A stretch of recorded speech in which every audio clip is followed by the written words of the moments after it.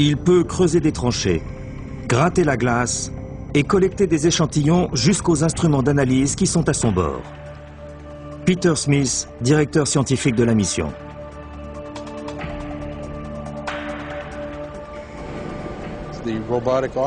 Lui faire creuser la surface est une sacrée prouesse technique, parce qu'il est commandé depuis la Terre, à 150 millions de kilomètres de là. Ce n'est pas si facile d'actionner son bras à partir de la caméra embarquée. C'est comme de conduire un semi-remorque pour la première fois. L'engin fonctionne, mais apprendre à le manœuvrer, c'est une autre histoire.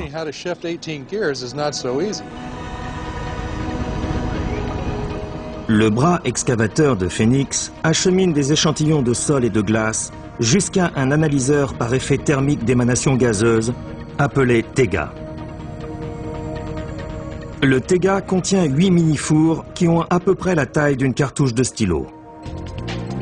Une fois l'échantillon enfermé de manière étanche, le four chauffe lentement et régulièrement.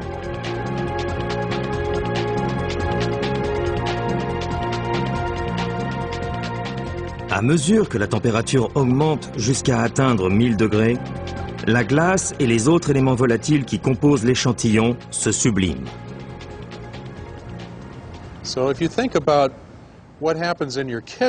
Le processus est le même que dans votre cuisine. Un rôti va cuire gentiment à 200 ou 300 degrés.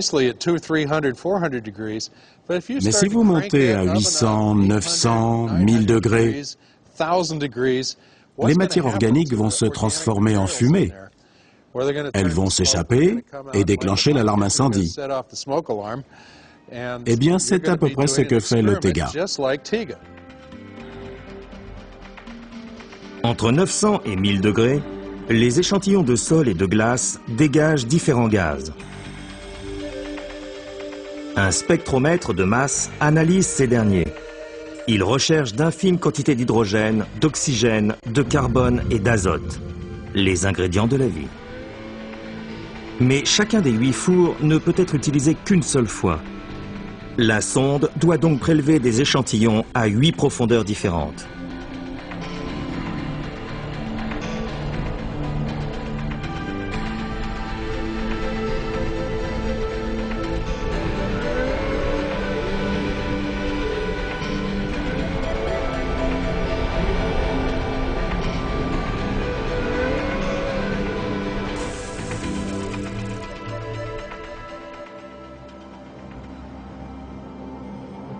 Pour prendre une longueur d'avance sur le type de données que Phoenix leur transmettra, les chercheurs ont décidé de reproduire les mêmes expériences sur Terre. D'un point de vue géologique, Mars et la Terre sont étrangement proches. Elles partagent des caractéristiques communes, telles que volcans, canyons et vallées.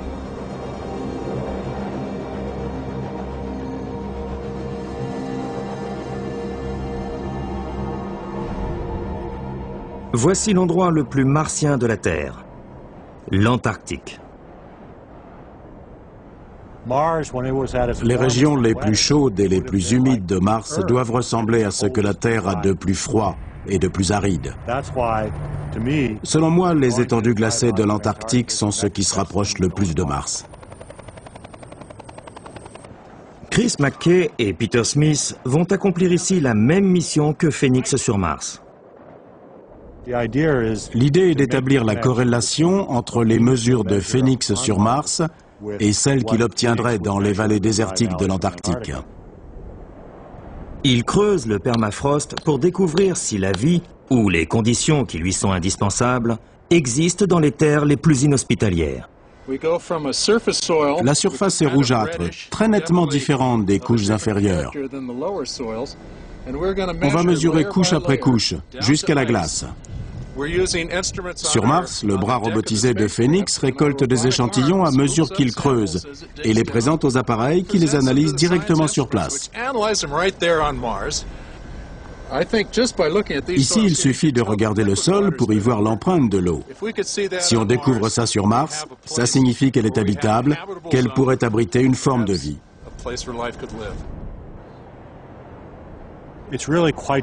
C'est prodigieux ce qu'on peut découvrir dans les vallées désertiques et dans le Haut-Arctique. La vie est capable de se contenter d'eau liquide en quantité infime et temporaire. Comme leur nom l'indique, les extrémophiles sont des micro-organismes qui prospèrent en milieu extrême. Les premiers ont été découverts dans les années 1960 dans l'un des geysers du parc national de Yellowstone. On en trouve également au fond des océans, dans des milieux hypersalins et même dans les eaux saturées d'uranium qui avoisinent les centrales nucléaires. Mais ce sont les psychrophiles, qui résistent au froid rigoureux de l'Antarctique, qui intéressent nos chercheurs.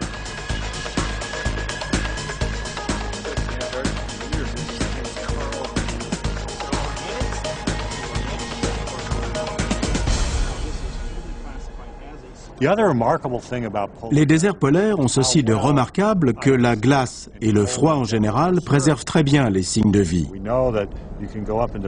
Le permafrost sibérien conserve des mammouths congelés depuis 10 000 ans ou plus.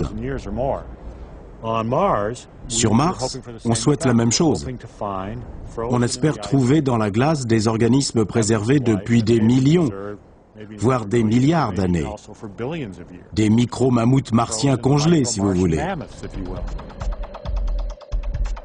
Non seulement Phénix peut détecter les changements atmosphériques et climatiques, mais il est capable d'identifier des matières organiques.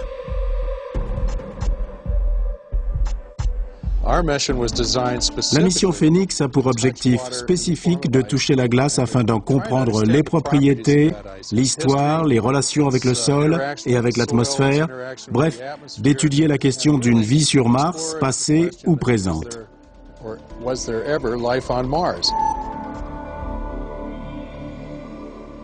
En d'autres termes, les scientifiques aimeraient que Phénix trouve du carbone, de l'hydrogène, de l'oxygène et de l'azote. Si on découvre qu'il y a eu sur Mars des matières organiques, des sources d'énergie et de l'eau, on sera bien obligé de se dire que c'est une planète habitable qui a peut-être abrité une forme de vie. L'avancée scientifique la plus significative de Spirit a eu lieu 1200 jours après sa mission, qui ne devait durer que 90 jours. Début 2007, Spirit tombe en panne. Une panne bénigne, mais elle fournit sans le vouloir la meilleure preuve à ce jour que Mars a pu abriter la vie. Sa roue avant droite ne tournait plus. Mais on continuait à le faire rouler. Donc cette roue creusait un sillon en traînant dans le sol. Et par-ci par-là, une chose intéressante est apparue au fond du sillon. Après analyse, un échantillon de la Terre découverte par la roue bloquée présente des résultats inattendus.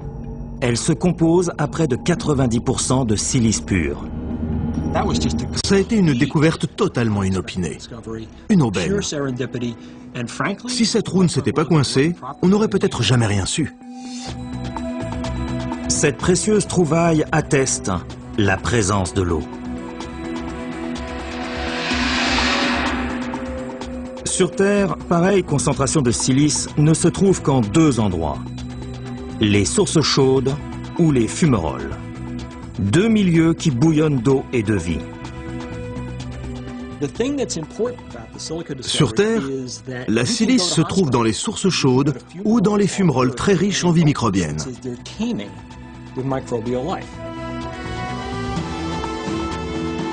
Spirit en fait la preuve. Il y a un lieu habitable sur Mars. Un lieu où des extrémophiles auraient pu proliférer et qui prolifèrent peut-être encore. Et rappelons-nous qu'un autre témoin vient étayer cette hypothèse. La météorite d'Allen Hills, âgée de 4 milliards d'années. Elle comporte des structures que certains interprètent comme la première preuve tangible d'une forme de vie sur Mars.